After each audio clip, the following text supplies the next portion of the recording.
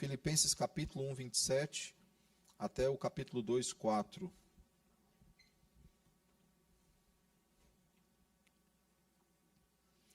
Diz assim a palavra do Senhor: vivei acima de tudo por modo digno do evangelho de Cristo, para que, ou indo ver-vos, ou estando ausente, ouça no tocante a vós outros, que estáis firmes em um só espírito, com uma só alma, lutando juntos pela fé evangélica, e que em nada estáis intimidados pelos adversários, pois o que é para eles prova evidente de perdição é para vós outros de salvação, e isto da parte de Deus. Porque vos foi concedida a graça de padecerdes por Cristo, e não somente de crerdes nele, pois tendes o mesmo combate que vistes em mim, e ainda agora ouvis que é o meu. Se há, pois, alguma exortação em Cristo, alguma consolação de amor, alguma comunhão do Espírito, se há entranhados afetos e misericórdias, completai a minha alegria de modo que penseis a mesma coisa, tenhais o mesmo amor, sejais unidos de alma, tendo o mesmo sentimento. Nada façais por partidarismo ou vanglória, mas por humildade, considerando cada um os outros superiores a si mesmo. Não tenha cada um em vista o que é propriamente seu, senão também cada qual o que é dos outros. Poder sentar, irmãos. Hoje nós meditaremos então sobre a nossa verdadeira cidadania. Nós já falamos sobre ela no domingo passado, mas como eu disse, os textos eles são extremamente entrelaçados. E hoje nós olharemos então mais profundamente para a nossa verdadeira cidadania. Hoje nós concluímos então, irmãos, o capítulo de número 1 e começamos o capítulo de número 2, iniciando justamente com essa temática, a verdadeira cidadania. E vejam como é que Paulo então começa o texto de hoje. Ele diz o seguinte: vivei acima de tudo por modo digno do evangelho de Cristo. Ou seja, eles deveriam viver como cidadãos da pátria celeste ou cidadãos celestiais. Nós veremos essa conclusão lá na frente, no final do capítulo 3, começo do capítulo 4, ele vai então completar esse desfecho sobre a cidadania celeste. E veja, irmãos, que ele usa então aqui a expressão, no versículo de número 27, ele diz: vivei acima de tudo por modo digno do evangelho de Cristo. Como nós já vimos, irmãos, no sermão anterior, Paulo ele gosta dessa expressão modo digno. Vivei de modo digno, andai de modo digno. É uma expressão que ele gosta bastante.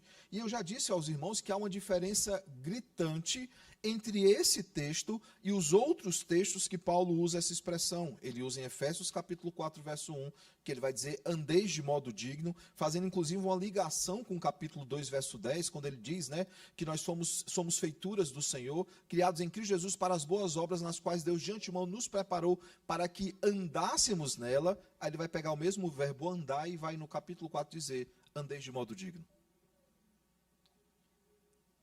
Em Colossenses capítulo 1, verso 10, ele vai usar a mesma expressão, modo digno. Em Tessalonicenses 2,12, ele vai usar também a mesma expressão. E eu chamei a atenção dos irmãos no domingo passado, que há uma diferença na palavra no original, que você não é obrigado a saber, porque você não lê no original. E quando se traduz alguns textos, ele traduz da melhor maneira possível. E possivelmente o tradutor entende que é importante lembrar dessa expressão. Porque eu só estou aqui falando para vocês que ele repete essa expressão, porque na tradução essa expressão ela está nas 4 versões, nos 4 textos. E ao estar nos 4 textos, você começa a perceber, peraí, Paulo gosta de usar essa palavra. Assim como ele gosta da tríade de fé, esperança e amor. Você começa a perceber que Paulo ele tem essa característica, ele gosta de repetir algumas palavras, como nós também gostamos, irmãos. Alguns textos nossos, que o pessoal já conhece, que já é bem a nossa cara, tem uma formatação bem típica, tem palavras bem típicas, que quando você usa uma palavra nova, seja na escrita ou seja na conversa, alguém fala assim, opa, você aprendeu essa palavra hoje? Porque fica gritante para nós. Mas, irmãos, no original, Paulo ele faz uma distinção. E eu já disse aos irmãos já, que aqui ele usa a palavra, politeomai, que é justamente a palavra que aponta para viver como cidadãos, cumprindo deveres comuns, deveres que são de cidadãos. Ele usa uma palavra numa colônia que é romana, numa colônia que se vangloria de ser romano, de ter direitos romanos, de ser cidadão romano, eles se vangloriam disso. E Paulo olha então para esses irmãos convertidos pelo Evangelho e diz, A verdadeira cidadania não é a romana. A cidadania importante, os deveres importantes, não são com Roma, mas com a pátria celeste. Claro que ele vai apresentar toda uma argumentação para isso, que é a morte de Cristo, Cristo se entregar pelos nossos pecados, mas ele já abre dizendo isso: vivam não como cidadãos romanos, vivam como cidadãos dos céus, porque vivendo como cidadãos dos céus, vocês viverão de modo digno de Cristo. Como eu disse, nos outros textos, é usada uma outra palavra, a peripateo, que é justamente andar, comportar ou viver. É uma postura. Paulo ele não está pedindo apenas uma postura, ele está pedindo uma postura de alguém que é cidadão celestial.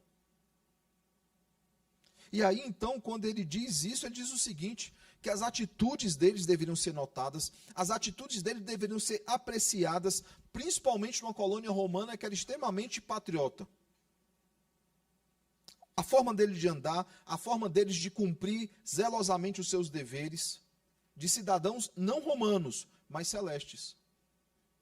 E aqui ele não está dizendo que eles não deveriam cumprir as suas obrigações como cidadãos romanos. Ele está dizendo o seguinte: vocês têm uma dupla cidadania, e a verdadeira cidadania é essa cidadania celeste. E se vocês se esforçam 100% para cumprir os deveres romanos, vocês têm que se esforçar ainda mais para cumprirem os deveres de cidadãos celestes. Porque essa é a verdadeira pátria. E essa palavra, então, enfatiza, irmãos, o efeito que uma comunidade cristã, ela precisa ter quando está inserida dentro de uma comunidade pagã. Eles estavam numa cidade que era pagã. As cidades romanas, por causa das leis romanas, da Pax Romana e de tudo que envolvia o Império Romano, eram cidades pagãs, com cultos pagãos. E ele diz o seguinte: vocês não podem passar desapercebidos. As pessoas precisam enxergar em vocês que vocês são cidadãos celestes, e a mais do que isso, essa cidadania deve causar, mesmo que de forma negativa, uma impressão. As pessoas precisam olhar e perceber que vocês são crentes. Gostem eles ou não. Torne isso vocês populares ou não. As pessoas precisam olhar para vocês e perceber que vocês pertencem a um outro lugar, uma outra pátria. E aí veja, ele vai dizer isso: vivei acima de tudo, ou seja, acima de qualquer obrigação pátria, acima de qualquer obrigação como cidadão romano, viva acima de tudo por modo digno do Evangelho de Cristo. A intenção de Paulo aqui, irmãos, não é dizer tem uma vida que os torne dignos do Evangelho da salvação, não. Nós não fazemos nada que nos torne dignos, irmãos. Na verdade, uma das marcas da total depravação é a indignidade. Nós somos indignos. Não, o que Paulo está dizendo é o seguinte: sejam coerentes com a cidadania que vocês dizem que têm. Sejam coerentes com a cidadania que vocês receberam de Cristo. Ninguém obrigou que vocês dissessem que era cristão. Mas ao momento que vocês dizem que são cristãos, vocês precisam, de fato, ser coerentes com isso. Vocês devem viver de forma coerente. É como, irmãos, se nós nos apresentássemos, estivéssemos em viagem, e nos apresentássemos à embaixada brasileira em algum lugar no exterior. E ao nos apresentar na embaixada brasileira, no exterior, nós anunciaríamos então que somos brasileiros. Mas é óbvio que algumas coisas seriam notadas. Digamos que perdemos o nosso passaporte. Estamos perdidos aí num país e a gente precisa voltar para casa. Procure a cidadania brasileira. Você vai chegar lá falando o quê? Português. Se chega lá falando um outro idioma e não souber uma palavra de português, o cara vai achar estranho. Mas você não sabe português. Canta o hino aí. Apesar que hoje em dia eu sei, alguns teriam dificuldade, não nosso, meu, espero, mas no Brasil alguns não sabem cantar o hino. Mas canta o hino. Quais são as cores da bandeira? O que é que está escrito na bandeira? Qual é os feriados nacionais, ou pelo menos da independência? Quando é que foi proclamada a República? Eu estou criando aqui perguntas fictícias dentro do nosso roteiro de conteúdo brasileiro, tá? Não sei se fazem essas perguntas, mas de alguma forma eles investigariam. Claro que não perguntaria você é filho de quem, porque hoje não existe essa realidade. Antigamente falavam, você é filho de quem? No interior é comum isso, né? Você é filho de quem? Quem é seu pai? Quem é sua mãe? Você vai para o casamento no interior, a pergunta que o pessoal vai fazer é essa. Você é filho de quem? Quem é teu pai? Quem é tua mãe? Quem é seu irmão? Perguntas nos seriam feitas. E se nós não soubéssemos, irmãos, responder a nada dessas perguntas, seria um problema para todos nós. Não apenas de evangelização, trazendo para o contexto da igreja, mas de identificação. Não à toa que Pedro diz, né, que nós devemos estar prontos para dar razão, para dar respostas em relação à esperança que é em nós. Né? Nós temos que estar sempre prontos. Muitos crentes, irmãos, são assim. Eles se consideram cidadãos dos céus, eles dizem que pertencem a Cristo, mas não vivem de acordo com essa cidadania. Qualquer coisa que se pergunte sobre a fé dessa pessoa, ele não vai saber responder. O básico. Como foi o seu encontro com Cristo? Qual foi a obra que ele operou na sua vida? Eu não estou falando de perguntas teológicas, não. Eu estou falando de perguntas práticas do dia a dia. E veja que o Paulo, então, continua dizendo o seguinte: para que, ou indo ver-vos, ou estando ausente. Perceba que Paulo queria claramente encontrar com eles novamente. E nas cartas, esses sentimentos de Paulo, mesmo na prisão, eles ficam evidentes. Ele fala para Timóteo: Timóteo, eu estou escrevendo essa carta porque eu pretendo encontrar com vocês. Mas se eu não encontrar, ou se eu demorar para encontrar, você precisa saber como é que a igreja deve proceder. Paulo aqui, ele tem o mesmo sentimento, ele tem esse sentimento pastoral, esse sentimento de paisão, né? Ele quer encontrar com seus filhos na fé. Mas veja que ele diz o seguinte: eu quero encontrar com vocês, quero estar com vocês, mas se isso não acontecer, aí ele apresenta então um desafio, né? Indo ver-vos, ou estando ausente, ouça no tocante a vós outros, que estáis firmes, e aí ele vai falar no que é que tem que estar firme, né? Num só espírito, numa só alma, lutando juntos pela fé evangélica, e que em nada estáis intimidados pelos adversários.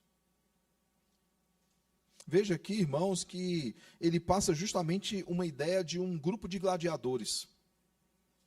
Por isso que a palavra combate é usada nesse texto, como é usado em outros. Qual a ideia de gladiadores, né? A ideia de gladiadores são pessoas que, quem assistiu o filme sabe, né? Quem não assistiu o filme não tem cultura, estou brincando. Talvez alguns não tenham assistido aqui. Acho que todo mundo assistiu, né? Filme conhecido, né? O 2 é herético, tá? Não, é apócrifo. O 1 tem lá a ideia de gladiadores. Aí o primeiro conceito lá no filme é exatamente esse, né? Eles tinham que formar uma grande frente unida, para que ninguém fosse atacado. A gente cantou um hino hoje e lemos um texto hoje que vai dizer o seguinte: à tua direita, ele estará à tua direita. Por que fala a expressão estará à tua direita? Porque com o braço esquerdo se segurava o escudo e com o direito a espada. Quando diz que ele é destro para a batalha, é fazendo menção ao braço direito. Alguém que era canhoto não era bem visto naqueles dias. Por quê? Porque quebrava a formação. Um dia, se Deus permitir, a gente vai meditar em Juízes, nós vamos ver que há um canhoto ali, que ele é usado por Deus para cumprir um propósito. Por quê? Porque quando é canhoto, ele quebra toda a expectativa. Na batalha é um problema, mas em outras situações não é. Porque, por exemplo, o texto faz menção a isso em Juízes, procura nele a espada. Quem tem um braço direito puxa a espada de onde? Daqui. Quando ele foi revistado aonde? Aqui. E não achou a espada nele. Falou assim: deixa entrar. Só que ele era canhoto, a espada estava do outro lado.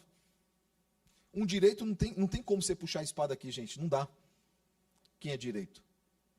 Então a ideia do direito é exatamente essa. E Paulo ele usa essa ilustração do gladiador numa arena de batalha para isso. Numa arena de batalha ou numa guerra, a formação ela fecha. O da direita protege o da esquerda. E assim acontece lado a lado. Aqueles que assistiram os 300, né, vão lembrar disso, né? O que tinha limitações físicas, ele é impedido porque ele não consegue fechar a frente de batalha. Paulo, então, ele usa essa ilustração e vai falar o seguinte: vocês têm que ter um só espírito, uma só alma, lutando juntos pela fé evangélica. A ideia aqui, irmãos, é que eles deveriam permanecer firmes. A palavra no grego aqui é esteiko, né, que é justamente fazer como fossem estanques, como fosse uma frente de batalha. Eles deveriam lutar juntos e eles não deveriam se assustar.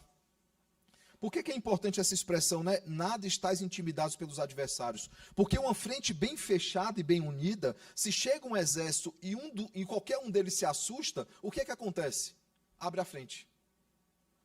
E aí aquele exército vai dizimar o outro.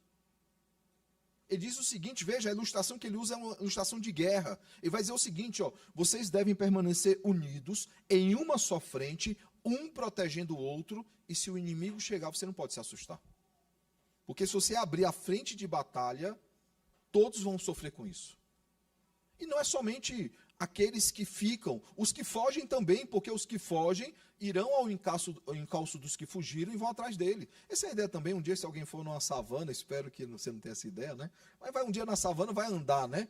Primeiro, eu estava vendo um documentário, a primeira dica que o guia vai dar é o seguinte: andem juntos e não façam movimentos bruscos.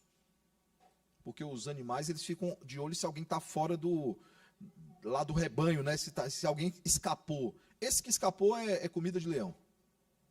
A ideia de Paulo, irmãos, é exatamente essa. Paulo está dando orientações sobre uma ofensiva e defensiva também, que precisa ser unificada, e cada um precisa proteger o outro que está do lado.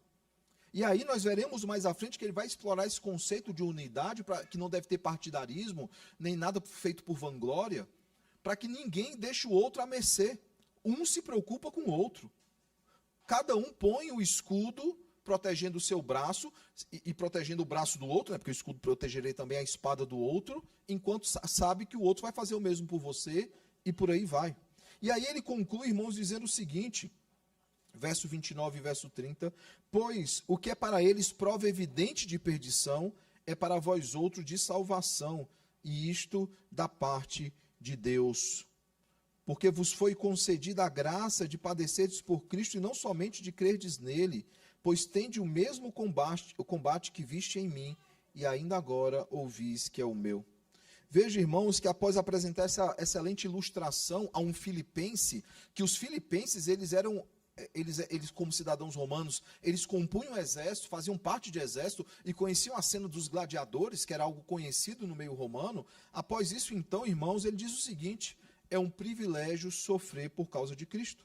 Não apenas de crer em Cristo, mas sofrer por causa de Cristo. Assim como Paulo sofreu, assim como outros discípulos sofreram, nós também precisamos sofrer, mas acima de tudo, assim como Cristo sofreu, que é o que nós veremos no próximo sermão. No próximo sermão ele vai dizer o seguinte: tende como exemplo o próprio Cristo. E aí ele vai falar sobre a humilhação de Cristo e o sofrimento de Cristo como referencial para todos nós. O seu sacrifício não é apenas o meio da nossa salvação, é o modelo nosso de vida. O nosso estilo de vida envolve passar também por humilhação para que depois sejamos exaltados. É por isso que Cristo diz: os humilhados serão exaltados. Paulo, ele tinha alegria no sofrimento. Paulo, ele tinha alegria na oposição, ele tinha alegria na privação, na provação, nas tribulações, ele tinha alegria em tudo isso porque ele entendia que aquilo era um meio, não apenas dele ser identificado como cidadão celestial, mas dele ser moldado e transformado pelo Senhor. Ele tem alegria nisso, irmãos, e ele nos chama até a mesma alegria que ele tinha. Antes de avançarmos um pouco mais, olhem aí então para os versos 1 a 4 de Filipenses 2, onde Paulo ele nos exorta, irmãos, a algumas coisas. Por exemplo, ele diz: se há, pois, alguma exortação em Cristo, alguma consolação de amor, alguma comunhão do Espírito, se há entranhados afetos e misericórdias, ou seja, ele está falando de um crente aqui, de um verdadeiro crente. Se vocês são assim, ou seja, como verdadeiro crente, né, vocês têm amor fraternal, humildade, né, vai falar mais à frente sobre a questão da humildade, que são marcas de um cidadão celeste. Após apresentar tudo isso, e nós iremos, irmãos, explorar isso no próximo sermão, tá? Mas permita-me apenas pincelar, porque os textos eles são entrelaçados. Ele diz que se somos verdadeiramente crentes, veja o que é que ele vai apresentar nos versos 2 a 4. Porque veja, isso é a introdução, tá? Quando ele diz o se, é como ele faz em Colossenses 3. Se fostes ressuscitados juntamente com Cristo, aí ele fala: buscai as coisas do alto, pensai as coisas do alto e manifestai as coisas do alto. Aqui ele vai seguir um roteiro muito parecido. Veja o que é que ele vai dizer no verso 2. Pensai a mesma coisa. Aqueles que estão em Cristo e que estão no corpo de Cristo pensam a mesma coisa. No verso 2 ainda, tem o mesmo amor. No verso 2 ainda, são unidos de alma. E aí os versos 3 e 4 ele vai dizer o seguinte: além de tudo isso, é altruísta, não é egoísta, e é humilde. E aí quando fala da humildade diz: tende como exemplo de humildade a humildade de Cristo. Resumindo, irmãos, o versículo de número 1 do capítulo 2, nós vamos explorar mais isso no próximo sermão, mas o capítulo 2, o versículo 1 diz o seguinte: vejam o que Deus fez por nós. O versículo 1 é aquilo que Deus fez em nós, ou por nós. Nos versículos 2 a 4, irmãos, são as consequências que precisam existir naqueles que são cidadãos celestes, naqueles que foram comprados pelo sangue de Cristo, transformados pela obra de Cristo. É aquilo que deve existir em nós, irmãos, por causa da obra de Cristo nas nossas vidas e por causa da nossa cidadania celestial. Ou seja, irmãos, não é algo opcional, se somos do Senhor, é assim que nós devemos viver. E tudo isso nós vamos ver no próximo sermão, que ligará o verso 6 ao versículo de número 9, quando ele vai falar da humilhação de Cristo, e que essa humilhação deve recair também sobre nós, por isso nós sofremos, por isso nós passamos por adversidades, porque Cristo passou por tudo isso. Mas da mesma forma que ele foi exaltado sobremaneira, e lhe foi dado um nome que está acima de todo nome, nós também passaremos pelo processo de exaltação, quando os nossos corpos forem transformados, quando os nossos corpos forem glorificados, e não existirá em nós mais nenhum traço da morte, nem espiritual, que já não existe, mas da morte física também, sendo então a morte completamente vencida. Voltando agora aos versos 27 e 28, irmãos, eu gostaria de, a partir deles, então, tirar alguns desafios que são importantes para a nossa vida cristã. A primeira coisa, então, é, irmãos, a unidade. Veja o versículo 27, firmes em um só espírito, como uma só alma, lutando juntos pela fé evangélica. O texto, irmãos, deixa claro para todos nós que nós temos uma guerra em comum. Nós temos um inimigo em comum. Mas, acima de tudo, irmãos, nós temos um Senhor em comum.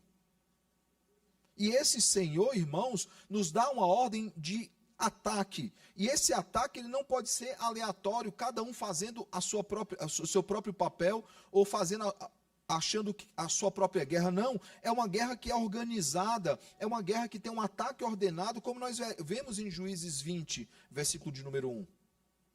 É interessante, inclusive, uma expressão que se repete em Juízes, nesse texto e em outros, né, quando diz que eles subiram a uma só cabeça, ou como um só homem. Há momentos que esse termo ele é usado. E subiram como um só homem.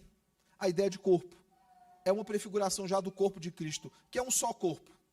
Ele é o cabeça e nós somos os membros. A ideia aqui, irmãos, é que nós devemos lutar lado a lado. E ao lutar lado a lado, nós buscamos fortalecer aquele que está ao nosso lado no fronte, auxiliando, irmãos, para que cada um desempenhe o seu papel no combate, de forma correta, dando o melhor de si. Inclusive, recolhendo aqueles que são feridos durante a batalha. Há alguns locais, graças a Deus a Igreja da Aliança não é assim, mas algumas igrejas que, infelizmente, os feridos vão ficando para trás, e ninguém volta para buscar. E a igreja não pode deixar nenhum ferido para trás. Se alguém se desgarra do rebanho, vai lá e busca. É assim que o pastor que vai atrás da ovelha, uma ovelha, deixando 99 para trás, é assim que ele procede. E a ideia de Paulo é o seguinte: vocês não podem brigar entre vocês com partidarismo, com vanglórias. Não, vocês têm que seguir o mesmo roteiro, lutar a mesma guerra, sob a tutela do mesmo Senhor. E é interessante que quando Calvino ele vai comentar esse texto, ele diz o seguinte: que a fé do Evangelho vos una juntamente, mas especialmente porque é um arsenal contra um e o mesmo inimigo. Quando nós nos juntamos, irmãos, nós temos um mesmo arsenal para combater o mesmo inimigo. Por isso que Jesus, lá em Mateus, quando ele vai falar sobre a repercussão da sua morte, ele diz: fere o pastor e se espalha o rebanho. A ideia nunca é um rebanho espalhado, é um rebanho unido, numa mesma fé. Por quê? Porque nós nos auxiliamos em nossas fraquezas, e nós nos cuidamos em nossas feridas. Um cuida da ferida do outro. A ideia, inclusive, daquele, né, o cordão de três nós, né, a ideia ali é justamente de que um não deixa o outro passar frio. A ideia aqui, irmãos, é que é necessário que nós pensemos como um único corpo. Por isso que em Hebreus vai dizer o seguinte, que eles não deveriam deixar de se congregar, como era costume de alguns. Por quê? Porque quando nós estamos sozinhos, nós caminhamos sozinhos, nós somos uma presa fácil, nós somos um alvo fácil. Nós não somos chamados a viver como lobos solitários. Não, no Evangelho, na igreja, nós somos todos partes de um mesmo corpo. Por isso o texto nos chama aqui a unidade. A segunda coisa que o texto nos chama, irmãos, na primeira parte do versículo 28, e que em nada estáis intimidados pelo adversário. Ele nos chama aqui a firmeza. Lembrem, a ideia do exército, né, do grupo, é que eles deveriam não apenas estarem unidos, ou seja, numa única frente, mas eles deveriam permanecer firmes. O texto aqui nos chama não somente a unidade, mas também a firmeza. Eles deveriam ficar firmes sem se assustarem com os adversários. A ideia aqui, irmãos, da palavra aqui no original é manter posição, permanecer firme. Ninguém, como diz no interior, como diz lá no Nordeste, eu não sei se aqui usa essa palavra, ninguém arreda o pé. Hoje em dia ninguém solta a mão de ninguém, né, que o pessoal usa.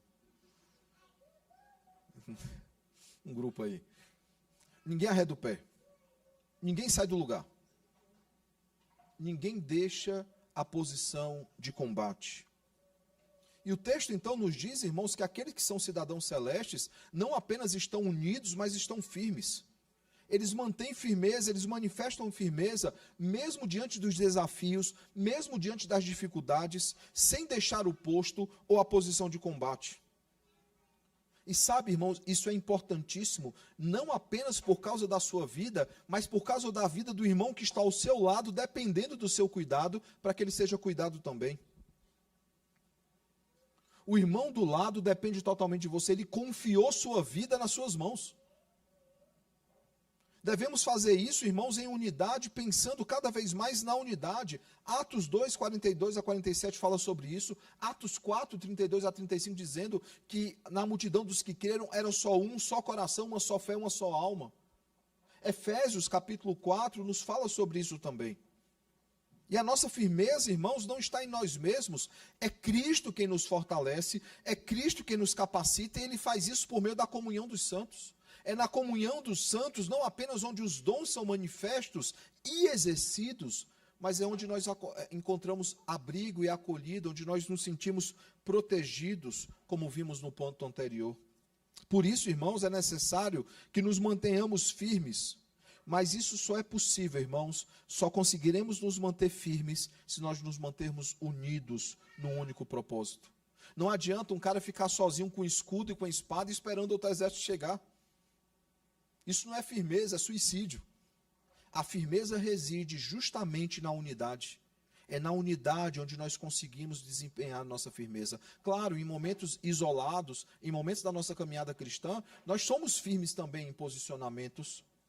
Mas no que se refere ao corpo de Cristo, essa firmeza se dá também em contexto, e principalmente em contexto de unidade. Isso nos leva, irmãos, ao último ponto, que é coragem. Não é apenas a unidade, não é apenas firmeza, mas coragem. Veja a continuação do verso 28. E que em nada estáis intimidados pelos adversários, pois o que é para eles prova evidente de perdição, é para vós outros de salvação, e isto da parte de Deus. Certamente, irmãos, talvez em uma primeira ou segunda leitura, esse é o verso que causa mais dúvida na interpretação. Como assim? O que é que o texto quer dizer quando ele fala, pois para eles é prova evidente de perdição, e para vós outros de salvação, e isso da parte de Deus? O que é que o texto quer dizer com isso? O que ele está dizendo aqui, irmãos, é que eles não deveriam temer nada, eles deveriam avançar destemidos, eles deveriam fazer tudo isso sem entrar em pânico, mais ou menos aquilo que é dito para Josué ali na transição entre Moisés e Josué, quando Deus diz para Josué ser forte e corajoso. Mas mais do que isso, irmãos, o texto nos traz um conforto que é impressionante. Ele diz o seguinte, ele está falando aqui de perseguições.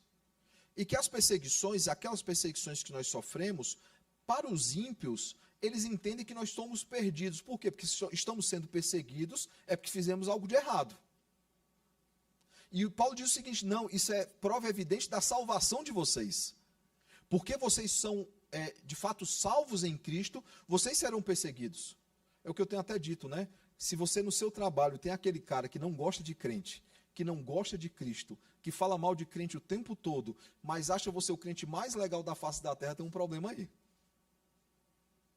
Eu sei que tem alguns caras que se dizem crentes que são chatos, eu sei disso. Não é essa a questão. A questão é que se você vive fielmente, corretamente o evangelho, e aquele cara que se opõe a qualquer coisa de crente não se opõe a você, ou ele está num processo de transformação, ou ele, na verdade, você não está dando um bom testemunho. E ele diz o seguinte: a perseguição faz parte da salvação. E antes que alguém reclame, ele diz mais: isso vem do Senhor. É o Senhor que permite que sejamos perseguidos. Ou seja, irmãos, quando nós somos importunados, quando nós somos perseguidos pelos nossos inimigos, quando situações adversas se levantam contra nós, isso se torna uma evidência da nossa salvação. E isso vem da parte do Senhor. As perseguições, irmãos, testificam a nossa adoção como filhos de Deus. As perseguições testificam a nossa cidadania celeste. E devemos, irmãos, suportar essas perseguições com determinação e paciência. É isso que Hebreus 12 nos diz, do verso 4 ao verso 13. Quando eles reclamavam da perseguição, o autor dos Hebreus dizia assim: mas vocês ainda nem sangraram. Mas o sangue de vocês não foi sequer derramado. Do que vocês estão reclamando? E aí ele vai falar daquele filho que é o filho legítimo, daquele filho que é o filho bastardo, e vai dizer o seguinte: o pai que ama, ele disciplina o seu filho. O que é ilegítimo, ele não vai disciplinar, porque não há nenhum propósito para o filho ilegítimo. Eu já expliquei em um sermão essa ilustração para vocês. Mas aquele que é o filho legítimo, o pai, ele cria em disciplina, porque ele está preparando aquele filho para assumir os negócios da casa. E Deus também nos trata dessa forma, irmãos. Ele está nos moldando, porque somos filhos legítimos, por causa da adoção de Cristo. Ele está nos preparando para uma herança eterna que é incorruptível. Se as perseguições, irmãos, fossem reconhecidas como benefícios divinos, que progresso nós teríamos, irmãos, para uma vida piedosa? Porque Paulo, ele entende isso. Ele entende que a perseguição, ela tem um benefício divino. Não é à toa que ele diz que toda leve e momentânea tribulação produz em nós eterno peso de glória acima de toda comparação. As tribulações, as perseguições, irmãos, elas têm um valor eterno, porque elas estão nos moldando, assim semelhantemente com o que aconteceu com Cristo, que foi humilhado antes de ser exaltado, ela está nos moldando para que sejamos exaltados, irmãos. Por isso, nós precisamos ter alegria nas tribulações e nas provações, como o Tiago diz em Tiago 1, de 2 a 4. Tende por motivo de alegria o passardes por várias provações. Pergunto então, irmãos, para concluirmos, quais são as aplicações que esse texto então ele nos traz? A primeira delas, irmãos, é que nós devemos manifestar unidade. Lembrando, e aqui eu cito Efésios 4, de 4 a 6, que eu já mencionei no sermão, que diz o seguinte: há somente um corpo e um espírito, como também fostes chamados numa só esperança da vossa vocação. Há um só Senhor, uma só fé, um só batismo, um só Deus e Pai de todos, o qual é sobre todos, age por meio de todos e está em todos.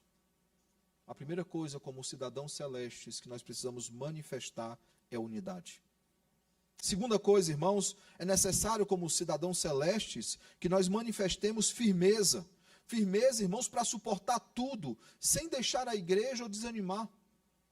É interessante isso, né? No momento que nós corremos mais risco, maior perigo, é o momento que nós precisamos mais da manada, né, do exército junto conosco. A gente abandona a posição, sai da igreja.